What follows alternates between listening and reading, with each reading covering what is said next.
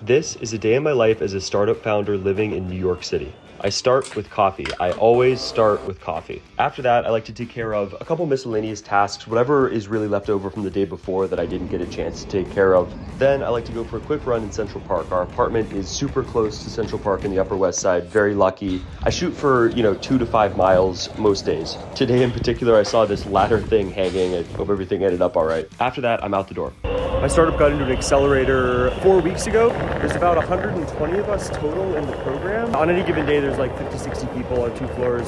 It's a 6-week program total. It's been going great so far. Really cool to talk with people who are doing different stuff from you all the time. Just the random conversations you have in the office have been awesome. Looking forward to getting in.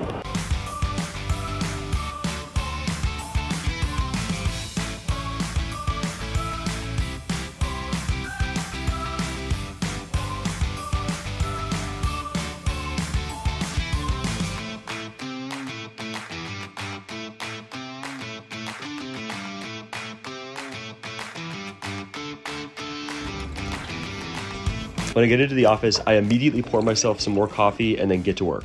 Today in particular, Antler hosted the founder of ThoroughPass for a lunch and learn, also gave free halal food, which is always awesome. Generally just super cool to hear from someone that's way farther ahead than you are in your career. The Antler office is really cool, by the way. It's this 2-story space in this old school Flatiron building, and they put a bunch of standing desks up. I found that the space itself is really conducive for just random one-off conversations with other folks doing things totally different from me.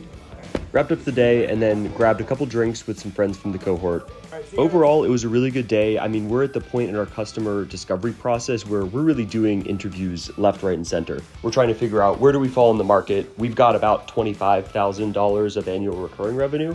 So for us, the question now is, how do we scale beyond that? How do we get a bigger user base? How do we really deliver disproportionate value? If you haven't seen it, you should watch my other video on this topic, by the way. That's really what we're going through right now. We're at this really interesting place in our product where lots of different people use it.